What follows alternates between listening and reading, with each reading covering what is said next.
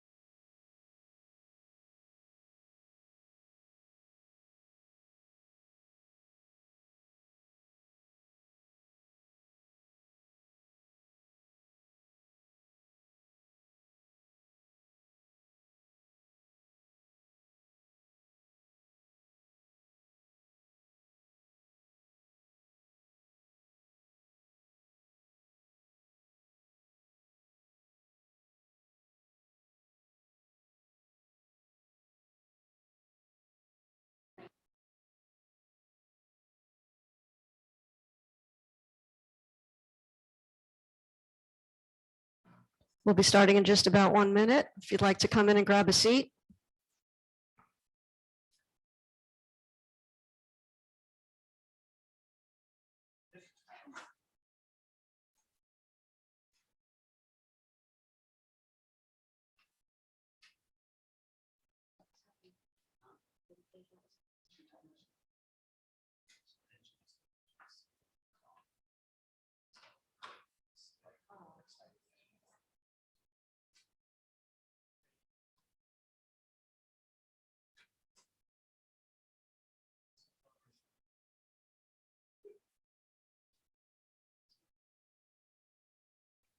Good evening, everyone. Welcome. Thank you for being here. I'm Beth Golding, State Archivist, and I want to welcome you to this program of the State Archives of Florida and the State Library of Florida. We are sister institutions in the Division of Library and Information Services in the Florida Department of State. And we have worked together to put together this program culminating our Black History Month observance. And very happy to be able to present it to you tonight and to have you here, both of you who are here on site in the room, as well as those of you who are visiting with us online. Thank you for joining us. We have our friends at the Leroy Collins Leon County Public Library to thank for the online access tonight, so thank you for that. They have kindly allowed us to partner with them under their National Endowment for the Arts Big Read Grant, which this year is focusing on Toni Morrison's Beloved, to put this program together. So thank you for that. Big thanks to our staff at the State Library of Florida and the State Archives of Florida who've been working to put this together for a number of months, working really hard on everything to get this arranged and in place. And thanks to them. And also thanks to our colleagues at the Museum of Florida History who were kind enough to keep their doors open for extended hours this evening so that you could have a chance to see their exhibition, Spirits of the Passage. I hope you had a chance to get downstairs and see that exhibition. If you haven't, it's well worth your time. Please do so. It is like Beloved, it is haunting. So it's definitely worth your time to go take a look at that if you haven't already. We're really pleased to be able to spend some time this evening talking about Beloved and the experiences of the characters described in that novel and how we can connect those experiences to the real life experiences of Black Floridians as told by the historical records and resources in the state library and the state archives. And to do that for us tonight on a grand scale, we're very fortunate to have as our speaker, Mr. John Grandage. John is with the Division of Historical Resources in the Department of State. He has also served as Executive Director of the Grove Museum, and he's served as the State Archives historian. So he is well-versed in the history he'll be discussing and in the historical records that document that history. So please help me welcome John Grandage. John?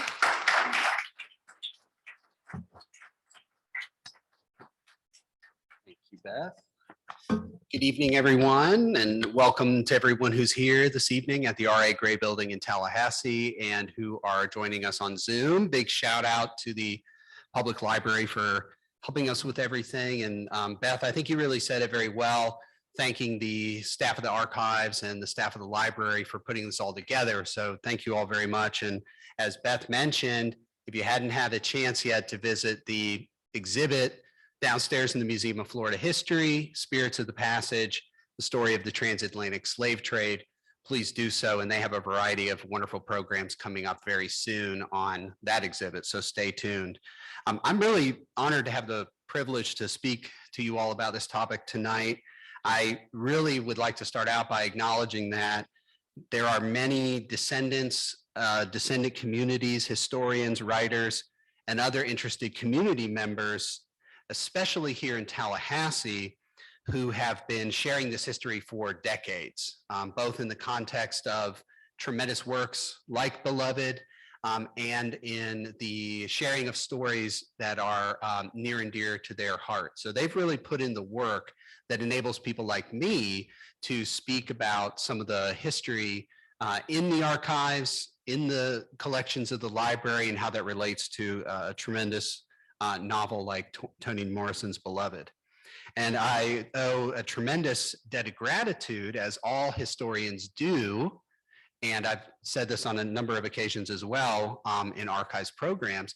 If we did not have the archivists and librarians to do the work of preserving these documents, and then more importantly, sharing them with the public, that these stories would remain even more hidden and more suppressed than they otherwise are without the work of those professionals. So thank you all very much who are either on the Zoom or here in person. We have a tremendous representation here this evening from the State Library and Archives. So it's through the work that you all do that make this material available to researchers so that we can share it with the public. So thank you all very much. So I'm going to share some material specifically from the research that is related to the history of the Grove primarily, but also some other more general history.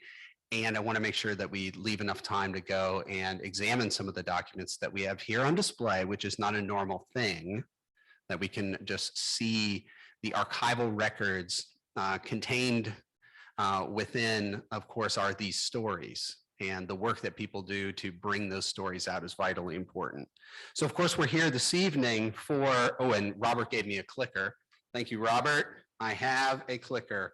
So we're here tonight, of course, to the main purpose we're here is because of the NEA's Big Read, which of course this year focuses on Toni Morrison's Beloved. And I would really like to invite everyone who's not familiar with the program that the public libraries put on to date to go and check out their website. And this is the Leroy Collins Leon County Public Library, and look at the programs they've had and the programs they have upcoming as well. And I think a lot of the people on that slate, literary experts, scholars like Dr. Maxine Montgomery, will talk more in detail about the literary significance of the work. I know Dr. Juanita Gaston spoke a little bit about genealogy previously as part of this program. And I've had the privilege to work with her and Dr. Montgomery on a program at the Grove. And so I would defer to their expertise on those aspects of the story. So what I'm going to talk mostly about is in the context of the historical record as we find it here in the archives and in the collections of the library, and how we can connect those types of stories to things that we see in the novel. And of course, this is a difficult a work to discuss, but of course, history of slavery is tremendously difficult. We're talking about generational traumas that continue to the present day. We're talking about the reality of loss, of separation, memory, and rememory, a term that comes directly out of the analysis of Toni Morrison's work, and of course, the impact of slavery on American history. And I think that this novel resonates with so many people and has been acclaimed as much as it has because it is ultimately rooted in the experiences of African-American people who lived through slavery and its aftermath. And we know that Morrison drew upon examples that she uncovered in her own research, including the story of Margaret Garner, who herself escaped from slavery and killed her own daughter rather than have her child return to bondage.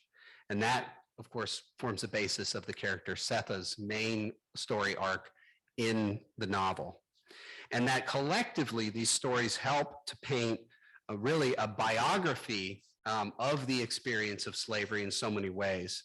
And I will share what I can share this evening, but I will also point out that this is not the full story of the experience of slavery. And I would, if we have time and there are questions, recommend some other avenues for learning about this history in greater detail, specifically in our Tallahassee context. So let's kind of set the stage just a little bit. This is a map associated with the 1860 Federal Census of the United States. And I think it's important to kind of just discuss from a historical perspective the scale of plantation slavery as it existed in Leon County.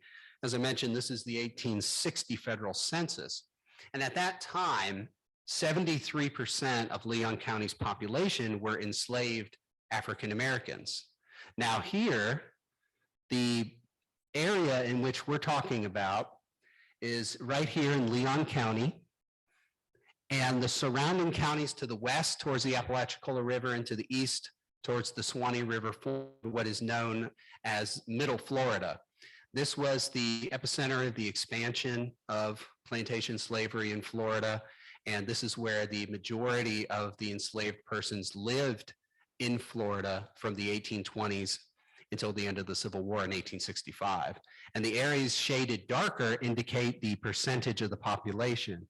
And we have a number of Black majority counties in that Middle Florida area. And as you kind of zoom a little bit along the Mississippi River here, along the Sea Island region in Georgia, you'll see other states where this history is, of course, replicated. Now in Florida and the area here we are in Tallahassee, we would be remiss to overlook the fact that in 1824, when Tallahassee is designated the territorial capital, that came just a few short years after the indigenous people whose ancestral land we are on this evening were, of course, in possession of the land, and they were forcibly removed from this area, specifically for the expansion of plantation slavery.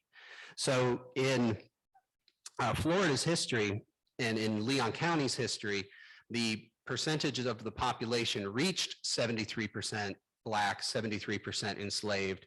But if you look back to the origins of Leon County, the free and the white population, the free white population, remained relatively stagnant from 1824 through to 1860. It was actually the population of enslaved persons that increased. And if you want to learn more about that, see Dr. Larry Rivers' work, Slavery in Florida. So thinking about the free white population being in the minority by the time we get to 1860, there was also a very small free Black population. But one of the documents that we have in the archives here, or a series of documents, go into great detail about the free Black people in this area. Their movements were heavily restricted, and they were really discouraged from moving to Florida, and there were a variety of penalties for them. And so I would encourage everybody to also look into that history more as well. Now, I want to show you all a page here. Now, when we look at a novel like Beloved, we're talking about individual people and stories that are built around characters. But when you're researching the history of slavery, you have to start from the point that many of the documents created do not provide a window into people's names. They do not provide a window into people's identities. They provide a enumerated list of persons who, of course, were held as property by their enslavers and were viewed in that way and enumerated in that way. This is a page from the 1840 Federal Census. And these documents, of course, you can look at them on ancestry.com and through other ways. And what I've had here, let me, without making too much noise with the microphone, we're looking at a line in the census that is for Richard Keith Call, who was the original owner of the Grove property. And why I have shown this to you all is this segment of the census record shows that of these enslaved persons who are divided by age and by gender, we have this category here with the number 30 who were involved in manufactures and trades. And when we think about the history of slavery in Leon County, we might automatically think about the cotton monoculture, that the extensive cotton cultivation, which was characteristic of the experience of many persons who were held here in bondage. However, we also have other elements to those stories. The reason I'm showing you this is we know more about the circumstances these people may have been working in. They were brick masons, they were carpenters, they worked in tin shops. They worked in other words, in a variety of skilled building trades. They built private residences like the Call Collins House. They built public buildings as well. And they operated a brickyard near Lake Ella that we know produced 1 million bricks in the early 1840s. Thanks to the preservation of the Leon County deed books, we know that bit of information. So while we don't know the names and the identities of these people yet, and that's an important part of the story, is that this research is ongoing. And it's very likely that additional documents will emerge that help us to fill in more of the story. We do know about one man by the name of Ben, a carpenter, who was purchased by Richard Keith Call in exchange for a town lot and some cash in 1831. That might be the only individual that we can pinpoint by name at this present time yet. Now, of course, it's very difficult to trace the lives of enslaved ancestors simply because of the lack of names and other type of identifying information in the records. We do know that there are some other documents, and some of which the most valuable among them are on display here this evening, that help to connect some of these stories across a wide swath of time. So this is a map just to set the scene of a township of land that's not too far from where we are this evening. This is Township 2 North, Range 1 West. It includes such landmarks as Lake Jackson, Orchard Pond Plantation, and all of these lines on the map indicate plantation boundaries, the boundaries of fields, the location of buildings, such as the plantation house here built on Richard Keith Call's land near Lake Jackson, and another to the north at Orchard Pond. The amount of individuals who resided just on the plantation at Orchard Pond, according to our research, was 100 people in 1844. And I'm going to talk about one individual family for whom we have some research. So tying it a little bit back to Beloved, much like Sweet Home, the plantation that's discussed throughout the book, Orchard Pond is just one of approximately 70 plantations that existed throughout Leon County.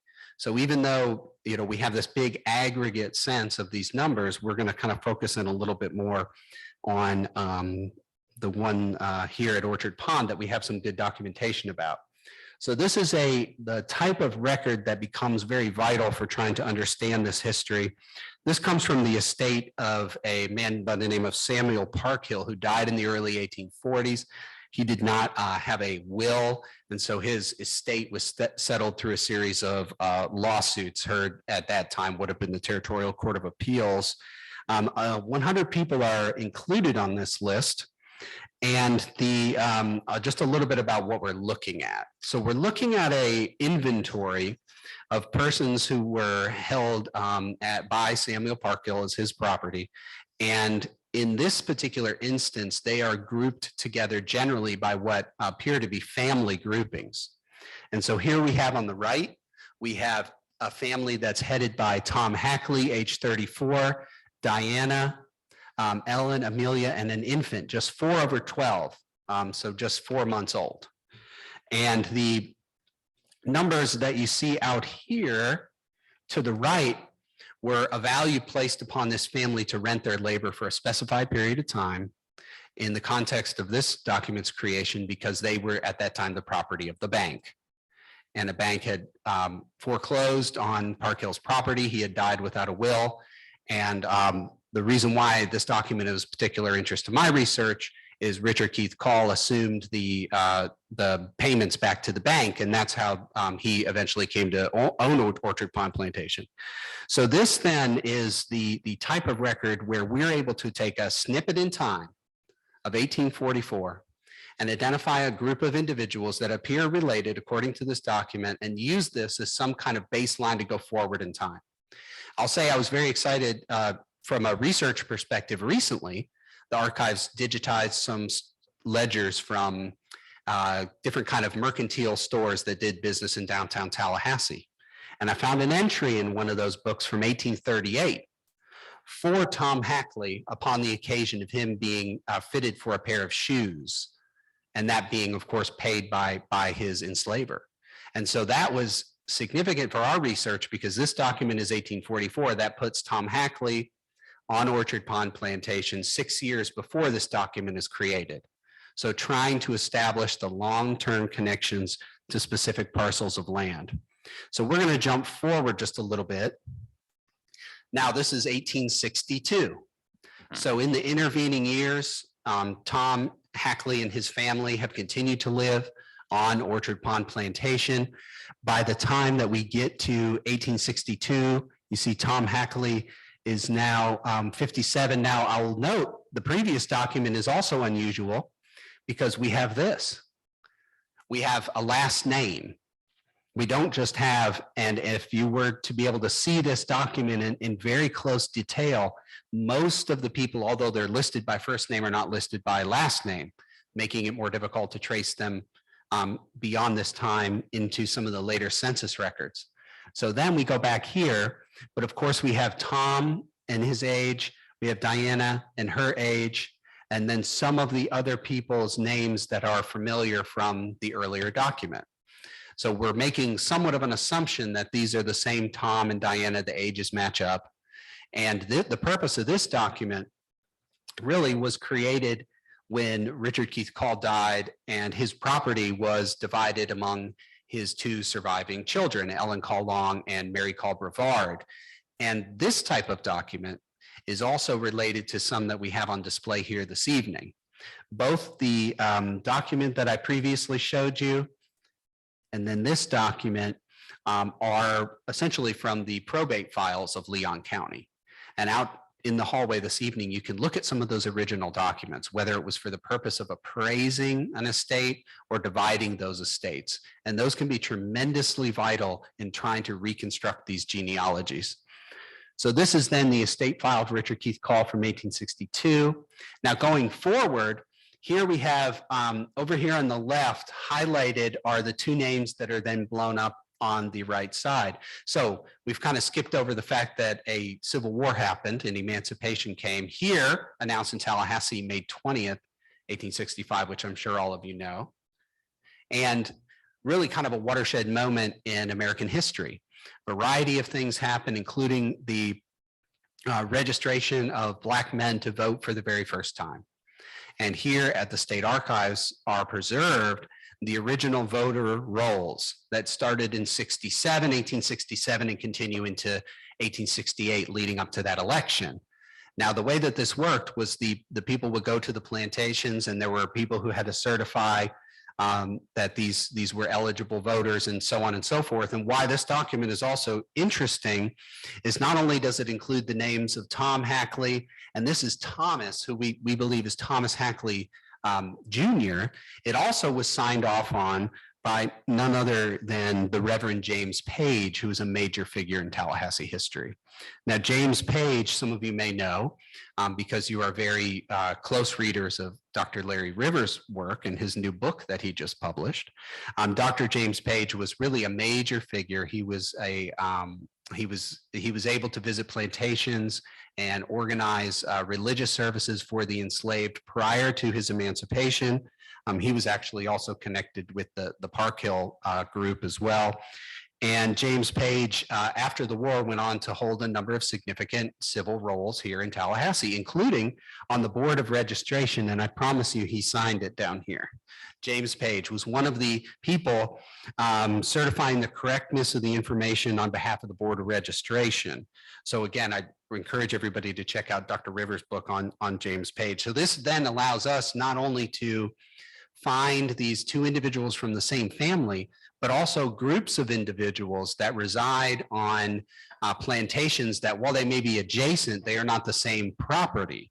And as you research this history, you come to realize that the closeness and proximity is very important as time goes on, and people do exercise a bit of mobility and marry into other families and things of that nature. So you're beginning to see somewhat of the geographical element here in looking at this voter roll. So then we have, of course, at the end of the war too, the creation of the Freedmen's Bureau. Now, the Freedmen's Bureau is really the records created by the Freedmen's Bureau are some of the best records we have to try to connect people from the period following emancipation back to the time in which they were enslaved. And this particular record is a sharecropping agreement, or a certificate attesting to a sharecropping agreement between Ellen Call Long and the Hackley family, who were still residing on Orchard Pond Plantation. Some of the details of this agreement include that they would be leasing 80 acres of land at Orchard Pond Plantation. We have a separate record for Thomas Hackley Jr., who appears then as the head of his own household. And I will let you all know that one of the ways that we've been able to contribute more knowledge about the Freedmen's Bureau records is that the National Museum of African American History and Culture, under the Smithsonian, has begun a massive transcription project of these records. So you can log in online and help transcribe not just ones that are neat and legible like this, but a variety of other documentation. Freedmen's Bureau. To date, about 1.5 million pages of Freedmen's Bureau records have been transcribed by volunteers under that Smithsonian program. And that's really tremendous achievement. And I know the state archives were doing our own transcription projects as well. So other activities of the Freedmen's Bureau wasn't just about this system of sharecropping. Now, sharecropping emerges as an economic system in the South following the end of the Civil War.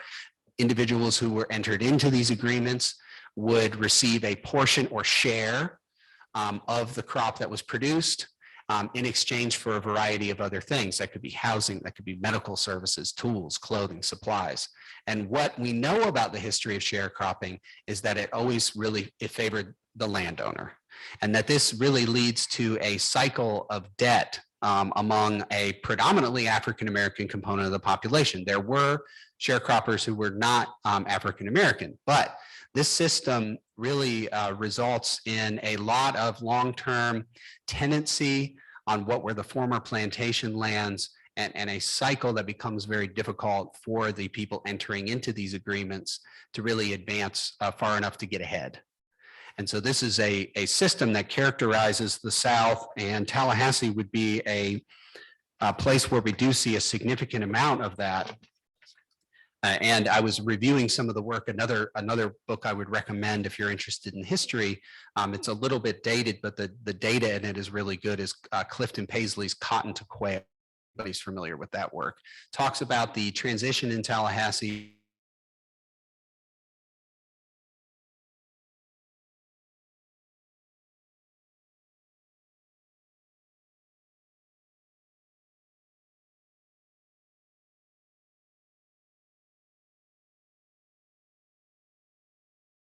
to facilitating the sharecropping agreements. This is a federal entity. We also have the Freedmen's Bureau supplying services, getting people registered with bank accounts. We have people who are getting their marriages recognized through the process of the Freedmen's Bureau.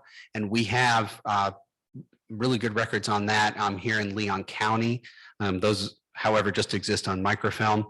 And I want to just mention quickly, we have something like the Freedmen's Bank established at the Union Bank, which prior to the end of slavery had existed to facilitate the business of slavery. And then after 1865 became an institution that catered to the freedmen and their work to become established here in this, new reality created after emancipation.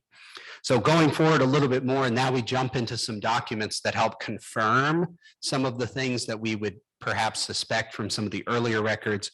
This is the 1870 Federal Census with the Hackley family living next to each other, and one headed by Charles Hackley. I mentioned earlier Dr. Gaston, who did a presentation as part of the NEA Big Read, and she's helped us to trace Charles Hackley from about the time that he was born in 1850 up to the time of the 1945 Florida State Census. So that is to say, Charles Hackley living in 1945, well into the 20th century, that there are people living today who may have known Mr. Hackley. And that just illustrates to us how close in time we are to this history and the history of slavery. Now, other aspects that are highlighted significantly. So this piece is really some of the ways in which these documents can be utilized and strung together to try to connect people from, in this case, with the Hackley family from 1838, with that really small reference in a in Tallahassee, through the settlement of various estates, then to the creation of a variety of records under the Freedmen's Bureau, which then go into the census records. And then we can trace individuals far beyond this time based on that foundation. And it's also important in thinking about this research is during the time when we were doing a lot of virtual programs at the Grove, we did a lot of programs on this material, and we get emails from people who are related to descended from the Hackley family. And I think that's vitally important, is the purposes of this type of work, from my perspective as a historian, is to simply make it available. So then we have one of the other main stories that's really highlighted in Beloved, if we kind of zoom away from the community, the creation of communities, is acts of resistance by enslaved persons. And we know that Sethe is able to escape from slavery, but that ultimately forces her to make a really tremendously difficult decision. And that if we were to look at how do we learn more about the lives or information, at least, about enslaved persons, this is a notice very typical of the type that would appear in a newspaper, like you can see here, the Tallahassee Floridian in 1838, about a man named Miles who has escaped and is now has been apprehended in Florida. This is it really, if you go to the University of Florida's digital collections, they have digitized a lot of these volumes. And this is a very common thing to see in the newspapers from the time. And you would also see, not only that, you would also see the ways in which enslaved persons were sold in public auctions in places like Tallahassee, and the types of information that might be included in some of those advertisements. I wanted to point out, and when we go beyond the time of slavery and past emancipation, there were a number of services, especially stemming from the abolitionist movement, of trying to assist people to find family members that had been separated through the internal slave trade.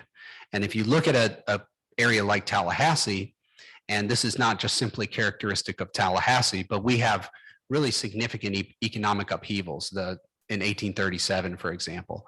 And when the plantation owners, when the enslavers went broke, their property, the human beings that they claimed as their property, would be auctioned off and separated, and families were broken apart. And that type of documentation is all contained in step with these same types of notices that you would see published in the newspaper. We actually had a story from the history of the Grove that has some resemblance to some of the narrative in Beloved. We found a notice like this concerning a couple named Edmund and Rebecca. And Edmund and Rebecca escaped from Orchard Pond Plantation in about the same year, actually, in 1838. The notice went on to say that they were believed to have been from South Carolina, where Park Hill had purchased them just a few months before, and that they were thought to be going back on the way to South Carolina. One of the details is that Rebecca, according to the notice, was pregnant at the time that they had escaped. And so thinking how that might connect to does connect to the themes in the novel. Apparently, Edmund and Rebecca were apprehended near Hawkinsville, Georgia, but had escaped from that prison and then were still at large at the time of that notice. Scanning the plantation records, we don't find anyone else by that name. So for all we know, they may have been successful, or they may have befallen some tremendously tragic end. They're on their way from the swamps of southern Georgia, potentially up north, to try to cross over the Ohio River, like we see in Beloved. So this, I will tell you, there's a website that I want you all to know about, informationwanted.org. This is a website where they are transcribing notices of all types, but specifically after emancipation, where family members were trying to reunite with people. And they've so far transcribed about 3,500 of these ads, and they come from over 275 newspapers. So that's why I emphasized a little bit earlier this idea of yet, because we have a lot of records, we have a lot of research to do, and I think we'll continue to learn a tremendous amount. Now, thinking about the theme of family and separation from family, there's one series of documents that we have connected to the history of the Grove that's highly unusual. These come from a collection known as the Call Brevard family papers that are here at the archives, and also the Richard Keith Call papers. This is a story that's somewhat chronicled in a book written in the 1960s about Richard Keith Call, but we were able to find quite a bit of additional information. What you're looking at here is a letter written by Dr. John Jenkins to Richard Keith Call on July 5th, 1858. Dr. Jenkins is actually a Black man, and he's described in city directories for the city of Rochester, New York, as having been a root doctor.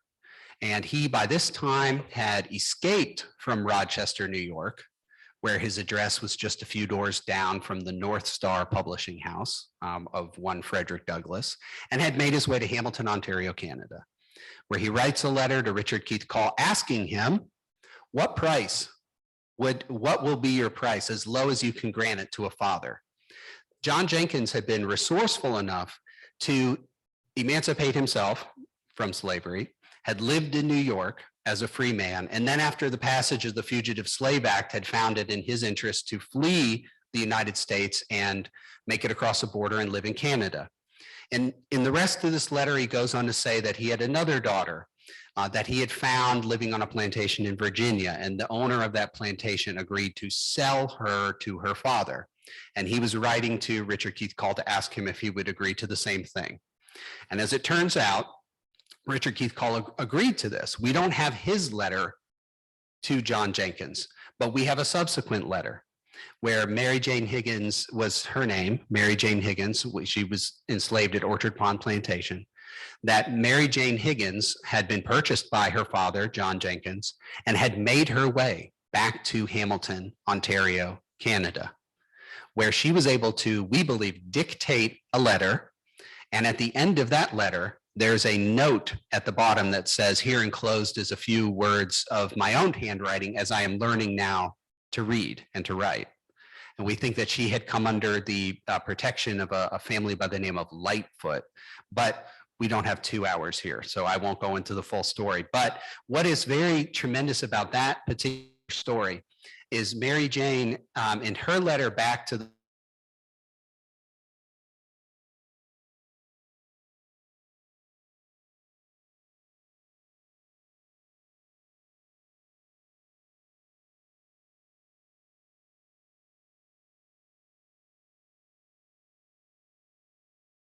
name is Perry, and he's described as a mechanic in the records of the plantation, meaning that he was a highly skilled person on the plantation.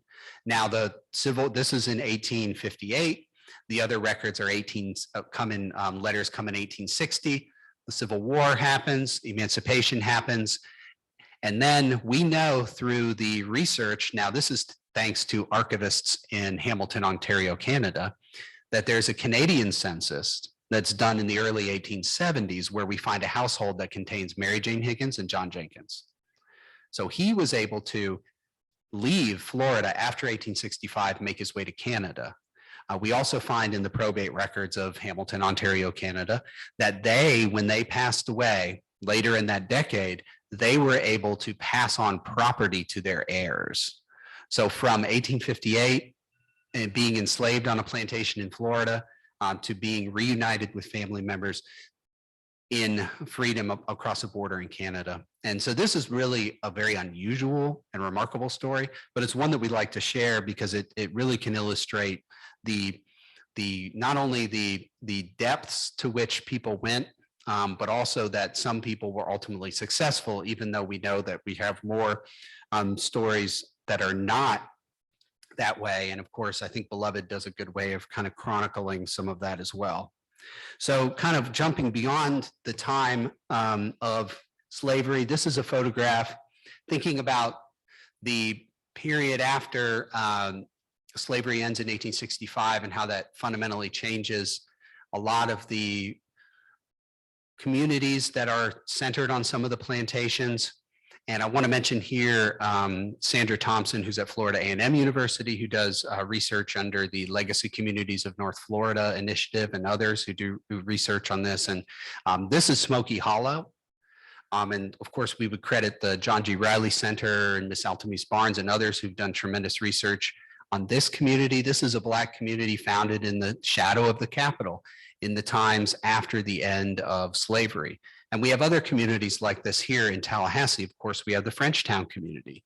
And so thinking about as the realities of the sharecropping system and the labor system in the rural areas and the choices people made to move closer into town and accept really the jobs that they were confined to doing by the system of segregation and other discriminatory laws founded these communities. And here emerged the early Black middle classes in Florida in places like Frenchtown and other communities. And the state archives have good information on some other communities in Florida like Eatonville in Central Florida or Lincolnville, south of St. Augustine, for example. So this is really a tremendous picture just to orient everyone. Here's the historic Capitol.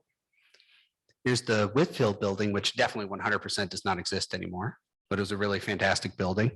And then here is the Smoky Hollow neighborhood, if we were to draw a line. Now, of course, in the early 1960s, a ballot initiative for urban renewal erases this community. And that highway that we drive on today really led to the demolition of this community. It's through the work of the folks at the Riley House, through the Spirit Houses and through the Historic American Landscapes Survey that they were able to commission, that we've been able to gather more information about this and really share more greater awareness of what these communities were like before they were erased. Here's one of our really fantastic photographic images that helped to document the Black middle class in Tallahassee. These were taken by a photographer by the name of Alvin S Harper, and they've been widely exhibited, widely discussed, and are really pretty amazing. And these are all online, and you can search these, find these, download these, purchase high resolution copies and prints on floridamemory.com. This is Alvin S Harper. It's just a small snippet of some of the images of the people that we're talking about. A lot of these photographs date from the 1870s, 80s up to about 1910. So they represent the children of the people that I was talking about earlier, the descendants of those communities as they began to establish themselves in areas like Smoky Hollow, like in Frenchtown. So of course, though, there was still the reality that outside of much of the Black middle classes that developed in cities like Jacksonville or new communities created by African Americans like Eatonville, that for the vast majority of the African American people here living in Tallahassee, that the system of sharecropping continued in the years after the Civil War to be the dominant economic and labor system here. We also here in the archives have a tremendous amount of these sharecropping agreements. These have the ones for Jefferson County have actually been transcribed as well, and they're available for everybody to view online. And so we have, and when I mentioned earlier, we have the types of agreements created under the Freedmen's Bureau that are being transcribed under the Smithsonian. And then we have a tremendous amount. Think about documents like this that exist in the archives of this state, of the adjacent states, of counties throughout these states, and how much additional information there is in records like this. This one in particular, Keziah Martin, this is from 1867, wherein in exchange for about $50 in cash and 1/3 of the crop was the nature of the terms of this agreement. And I mentioned before, a lot of the overarching system that we're talking about here, sharecropping, leads to eventually, along with other factors, a tremendous amount of migration out of Leon County, a lot, and other places in the former plantation areas, and what historians call the Great Migration. And with that, I think I will end a lot of my formal comments. Do we have any questions from the Zoom or in-person audiences? Sir, yes.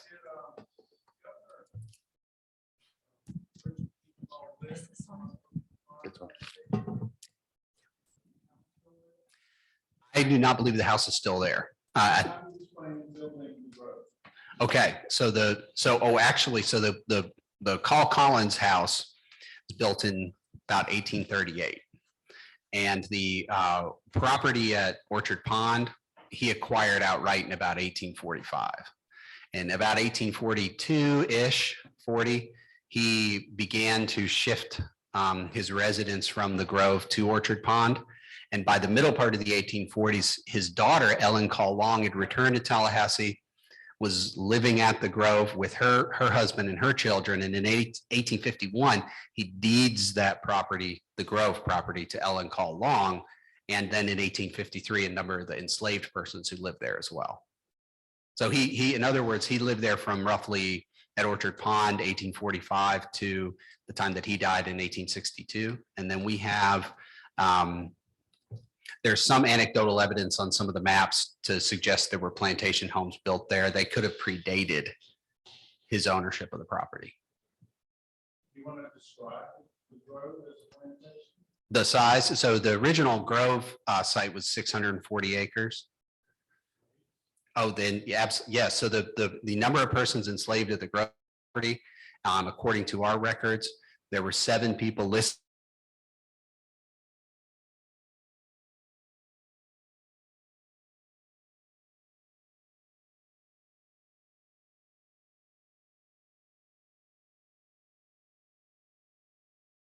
Tallahassee history. One hurricane that hit this area in October of 1843, and prior to that, a fire in 1843 led to the sale of a lot of that acreage around the Grove. If you look in the 70 and 80 federal censuses and the composition of the persons who were living around the Grove, a number of them are listed as Black. So the theory is that there was a lot more farming going on in the vicinity of the site, but that the land at Orchard Pond was more significantly under cultivation. And that's what the tax and other records show.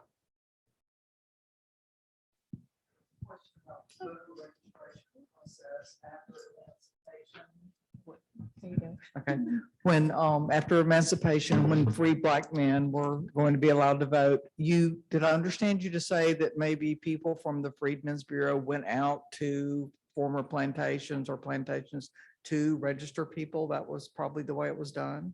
Yeah, and there were a lot of requirements placed upon, states like Florida that had, just recently been in rebellion prior to those years in terms of the nature of the oversight from the Freedmen's Bureau, but that would have been done through federal oversight. And then by also somebody like James Page, who's a local agent who's able to help certify that the persons coming forward as eligible to vote are in fact of the places and of the people who they say they are. Thank you. Yeah, you're welcome.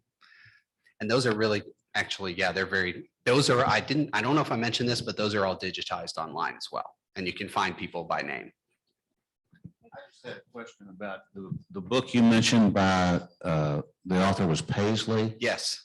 What was that again? The title is Cotton to Quail, an Agricultural Chronicle of Leon County. And there's another book, companion book to that called The Red Hills of Tallahassee. But Paisley did a tremendous amount of research. And if you're interested in looking at this through the lens of change over time and some of the kind of statistical part of how agriculture changed in Leon County, I'd recommend starting with that. It's really comprehensive view of that. Yes. Yeah. Clifton. Yeah. And I think you might even be able to get that book here at the State Library of Florida. In fact, and quite certainly at the Leon County Public Library. And I will say it's somewhat of I don't think it's in print anymore. So it's one of those that is a really good one if you can find it too at the public libraries. All right. Yeah, you're welcome. Yes. Thank you for this. So sorry. Thank you for this talk. It's been incredibly informative. I'm the pastor of First Presbyterian Church downtown, and we're thinking about actually for Lent, which starts on Wednesday, just looking at our own history as a congregation and trying to find what we can about the enslaved people who were brought to worship in our congregation. Unfortunately, our records are a lot clearer on the white free members of the church than they are on the people in bondage who worship there too. Do you have any guidance for us about how to proceed here? And if this is too specific a question, I'm just, but if there's other people whose institutions are also looking. I would actually, if you know a lot of the names of the people who were involved with the church, that is to say the plantation owners, if these people died between 1853 and 1879, there's a book out there on the table that we can go look at that will have the listing of inventories of their estates. And so like the document I showed earlier, let's see, kind of like this document here, there will be listings oftentimes of the people by their first name, and then the process of identifying them further in the historical record could be similar to how I described for the Hackley family. So it's possible you could take in other words, the names of the people that you know, find their estate records, and then kind of go from there. And those are actually fully searchable as well online.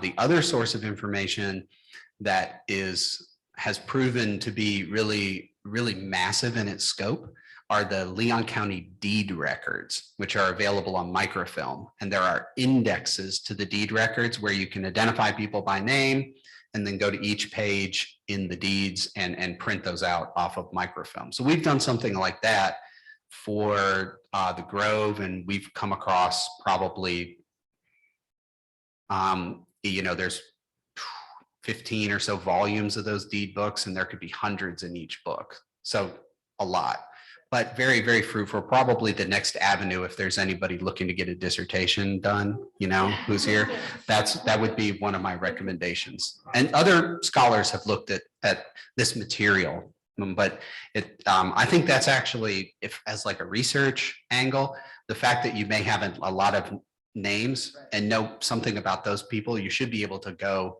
into some of the financial records that we have and use those as a jumping off point. Thank you very much. Yes, you're welcome.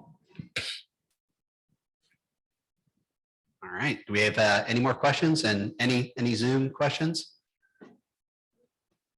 No Zoom questions. Okay.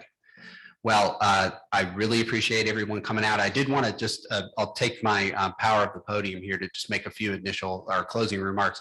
One is the records that are contained in institutions like the State Archives of Florida, like the State Library of Florida, and the work that people who day in and day out to preserve these records and make them available to the public, that's what makes talking about this information possible. People can come into this building. It's free and open to the public and do research, learn about this history, and further fill out the story that we're trying to tell. So as we look at places like the Grove, or we look at other similar places, telling the full story is vitally important. And this kind of archival material, published material as well, that's kind of how we do it. And so I'm really grateful to everybody who put this program on.